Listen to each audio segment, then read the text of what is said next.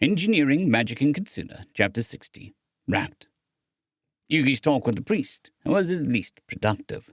While he didn't directly say much value, what he didn't say had some interesting implications for her to sort through later. It was rather telling that he didn't think to ask for more specificity when she asked about the local yokai population. He didn't even mention any factional splits. It was like he thought of them not as people, but as beasts. She might have to delay her plan of testing tainted foodstuffs on him by a few days, just in case she needed more information.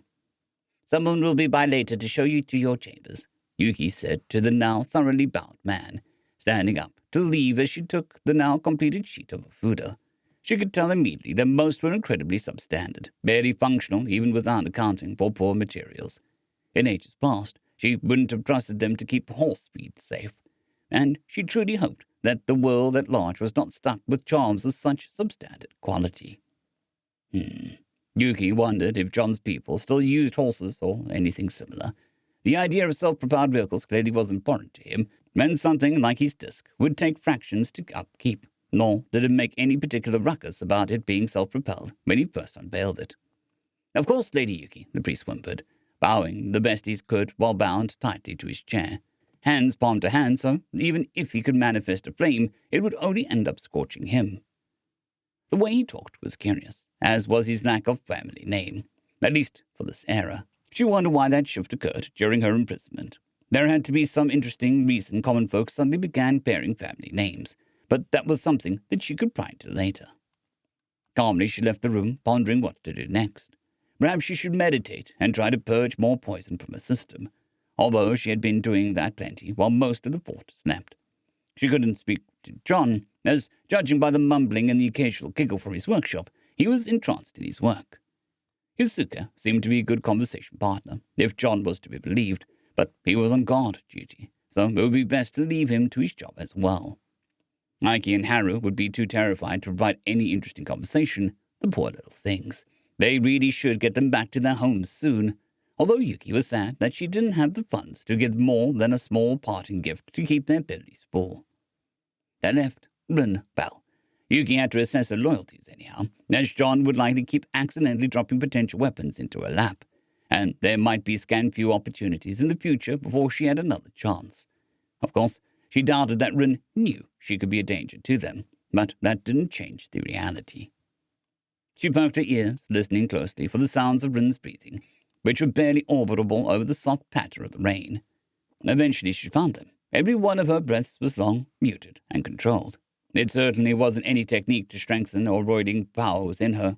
Perhaps it was a matter of control. During their brief scuffle, it seemed like Rin was terribly inefficient with her power, despite ample strength for her current state of being. It would do her well to fix it, though at least she seemed cognizant of that flaw. Yuki was glad that she didn't have to dig up yet another dusty technique from the depths of her memory to fix it, and, once more, get called old in a few more reverent words. So much was time, so many connections left to rot upon the altar of eons. How many of her friends and allies were still alive, and what vanishing number of those still cared for her? Not that old dragon, that's for sure. When she had the chance, Yuki would turn that brat into a nice set of furniture and let Rin lick up the blood, assuming the Unbound remained loyal to the right people. Sadly, that would have to wait. Yuki was still too weak, with too much venom coursing through her body and spirit, sapping her strength alongside the stabbed split. She could hardly even smell fear nowadays. Operating primarily off hearing and sight alone grew tiresome. Pinpointing the source of the noise, predictably on the roof of the Unbound's warehouse turned domicile, Yuki strutted over and hopped up onto the edge with a single powerful stride, softly landing upon padded paws. Now that she was so close, she could smell the ozone in the air and feel the faint thrum of power echoing against her soul. It was a shame the anti-yokai Fuda was so much harder to detect like that, although she could never find a satisfactory answer as to why. Perhaps the lack of intent was the answer, or maybe it was the sheer efficiency. Maybe there was a scholar in the modern era who had a clue. Lightning crawled along the horns of the Unbound like faint threads drifting in the wind, her chest rising and falling like ripples upon a gentle lake. A subtle wind, disconnected from the greater storm, swirled around her, hovering like a continuous shell, barely visible by the subtle way it made the raindrops shift. The exercise was simple. Maintain the shield with the least amount of effort possible. In theory, it was achievable with a little more force than it took to breathe. In practice, it was like trying to balance a 10-foot pole upon your head while moving as little as possible. Truth be told, she was not doing the worst job of it. Although Yuki could see her focus wandering, causing her control to slip, and the orb to go wild before being forcefully steadied, and with an iron grasp. Perhaps some meditative chants would help. The Kitsune settled across from the woman, legs crossed from the apex of the roof. She didn't bother meditating herself. She simply waited. It would only disrupt Rin, and this was an important opportunity to get her measure from up close while she thought she was alone. If Rin had sensed her, the dragon-blooded woman would need much more composure than most possessed to hide every hint of the reaction. But that clearly wasn't her style. To be honest, if she had maintained a mask so flawlessly that Yuki couldn't sniff it out, the Kitsune could hardly be too angry. Besides, an infiltrator of that skill would have likely already pried everything they wanted out of John.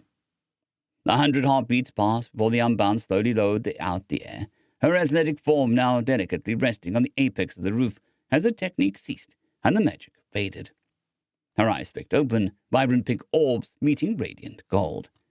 For the briefest moment, all was still as her mind stumbled over the sudden intrusion, almost like a drunken soldier trying to comprehend their sergeant shouting at them before the sun had even risen. Finally, after several long seconds, Rin launched herself through the air, landing in a wide stance.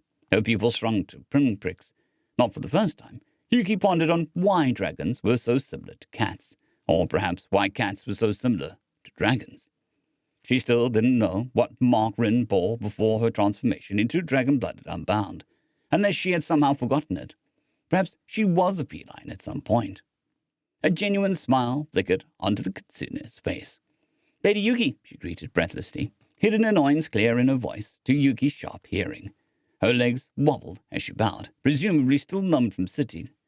It was something the Kitsune would have to prescribe exercises for, if she was assured of the Unbound's loyalty.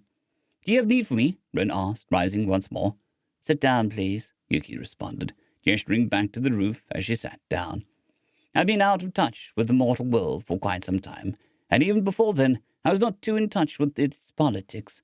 I would like you to clarify some things for me." A show of vulnerability, but a controlled one, and the Kitsune, of course, knew more than she was letting on. A lie would tell her as much as a truthful answer.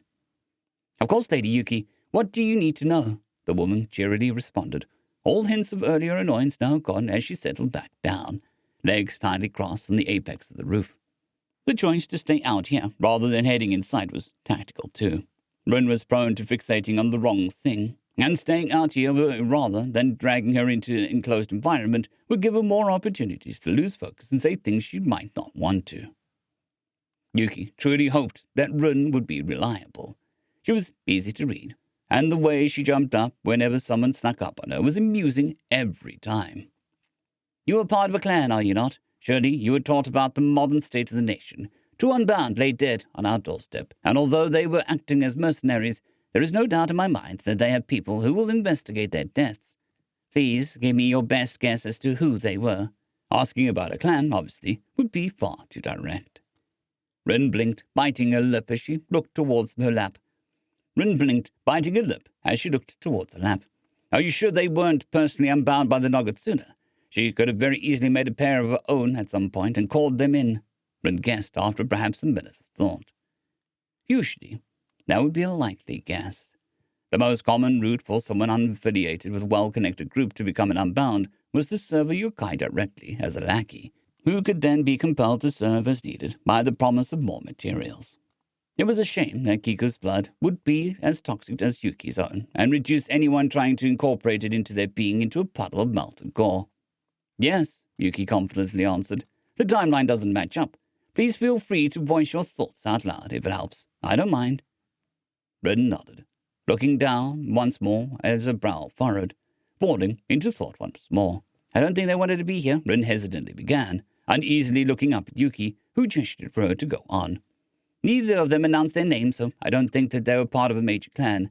For them, it's important to announce yourself, so everyone knows who you are.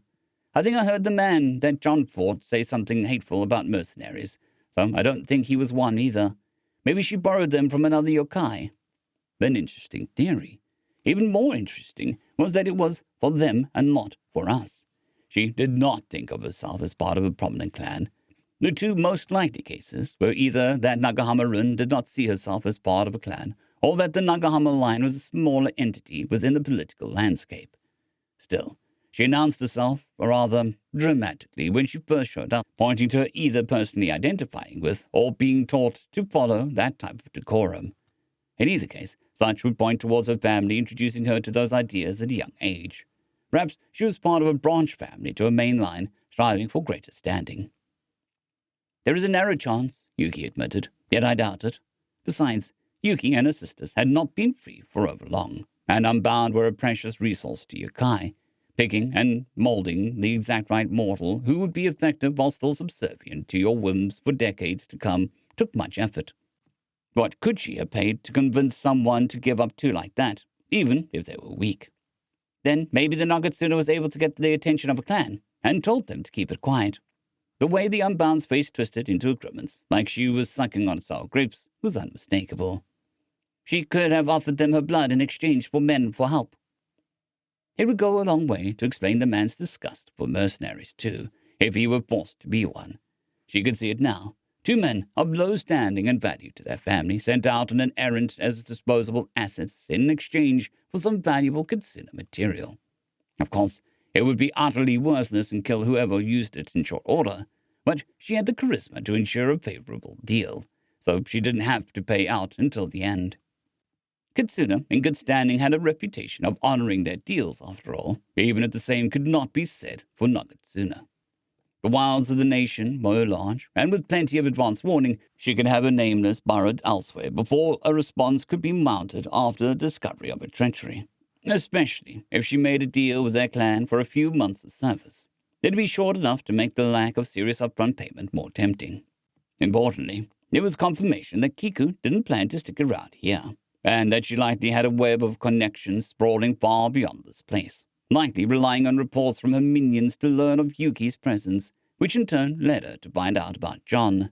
She suspected as such, given she hadn't claimed John in the past, but it was a theory growing stronger by the second. Now, were the Unbound outside the forest part of the same group, or were they other faction Kiku pulled into the mess? Part of her doubted that it was the former due to their lack of action so far, but she couldn't confirm that just yet. 2 years, perhaps, Yuki murmured. Lady Yuki? Ren asked. At most, we have 2 years before their masters figure out something was wrong, Yuki replied, frowning deeply. Of course, they weren't back by midwinter. There'd be many alarms raised, but that wasn't the point. Conflict warred in Ren's eyes as she tried her best not to look like she was staring down to Yuki. I think we have a few months at most, Lady Yuki, she hesitantly corrected, immediately bowing her head. I mean no offense, my lady. Interesting. Ren had both the will and knew enough about such deals to correct her. None taken. If I make another silly mistake, please do let me know, Yuki purposely trailed off, swallowing harshly as she continued, faux wistfulness leaking into her tone. My father was right about me, at least in some ways. I always had my head in the clouds when I should have been paying attention to the matters of Earth. It wasn't hard to see the way Rin's back straightened when Yuki over-enunciated the word father just a hair, nor hear how her heart sped up and her breath caught. Even her eyes took on a great focus as the stance clicked into place. Even her hands were folded in her lap, like a diligent student. It told her much of what she needed to know, and implied a few unpleasant things about her upbringing that she had only suspected prior. Your father? The question was quiet, almost breathless, as if Rin wasn't sure if it was supposed to stay at thought. Oh yes, he was a rather strict consider. My father just had to constantly have his way, and always needed a say in what I was doing, who I was, what I would become, the Kitsune said. He had his positive traits too, of course. He had strong convictions, and always tried to do what was right for us, even if he was a bit bullheaded about what that was, Yuki sighed, watching as Rin attentively leaned in, and silent as a grave. It's a shame I had to stop him, she sighed. The way Rin jumped would make you think she took an arrow to the gut, eyes widening if she jolted. What? She blurted out, before sheepishly tipping her head. Outwardly, Yuki didn't react. Inside, she winced. Unfortunate. She would have to find a way to blunt such loyalties. He was going to do something unforgivable, Rin. Perhaps it would have been the best for our own, but hurting so many people for our personal gain was not something my conscience could withstand. We all have our limits, and I found mine that day, she responded, watching Rin squirm as she spoke, carefully watching how uncomfortable she seemed at the idea of disobedience. Lady Yuki, I could never. Filial piety demands, she trailed off as Yuki reached over, a single finger lifting her chin to ensure their eyes met, like the sun reflecting upon a red river. It demands that you respect your elders and love them, she gently clarified. It demands that you mourn them. It also demands that you dissuade them from acting unrighteously. Some would say that you must obey them anyhow, but what if they're doing something that'll tear them apart? What if they insist upon condemning their soul for all eternity? What if they're leaving a legacy that generations will spit upon, or will have your family wiped out by angered kami? Are you not obliged to save them from themselves? A smile broke onto Yuki's face as Rin squirmed. Despite the Unbound's best efforts, she didn't pull away. With that, the seed was planted. Sometimes you have to save someone from themselves, and despite the best efforts of the old, they don't live in the same world as the young, Yuki said, calmly releasing Rin's chin and standing up, offering a shorter woman a hand. Hesitantly, Rin took it, looking more than a bit embarrassed as her superior pulled her to her feet. Many thanks, Lady Yuki, she said, but the Kitsune waved her off.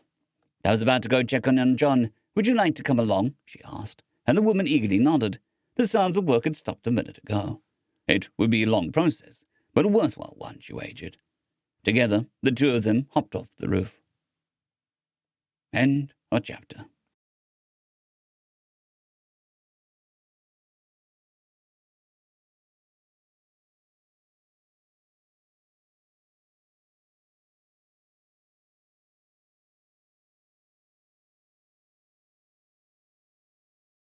I'd greatly like to thank our Tier 5 channel members, Caspar Arnholt, John Creighton, Manatharia, 050, Dragzoon WRE, and Elijah Silvercross. Thank you very much.